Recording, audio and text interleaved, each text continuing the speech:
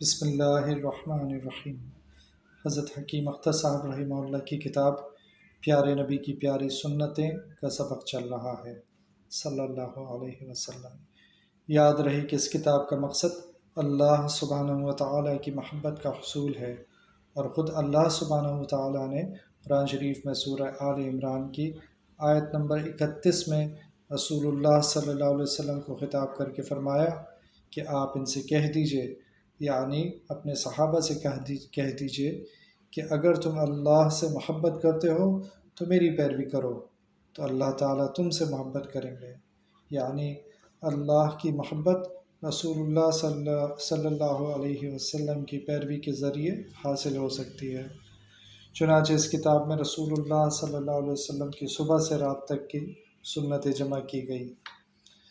اگر ہم ان سنتوں پر عمل کریں گے تو انشاءاللہ اللہ سبحانہ وتعالی کی محبت، ان کی قربت ہمیں حاصل ہو جائے گی۔ آج کا سبق، سجدے کی 12 سنتیں۔ نمبر 1، سجدے میں جاتے وقت تکبیر کہنا۔ نمبر 2، سجدے میں پہلے دونوں گھٹنوں کو رکھنا۔ نمبر 3، پھر دونوں ہاتھوں کو رکھنا۔ نمبر 4، پھر ناک رکھنا۔ نمبر 5، پھر پیشانی رکھنا۔ نمبر 6، سجدے میں سر دونوں ہاتھوں کے درمیان رکھنا۔ نمبر 7، سجدے میں پیٹ کو رانوں سے الگ رکھنا اور پہلوؤں کو بازوؤں سے الگ رکھنا۔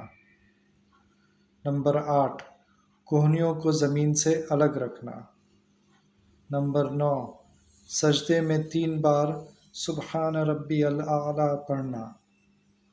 نمبر 10، سجدے سے اٹھنے کی تکبیر کہنا۔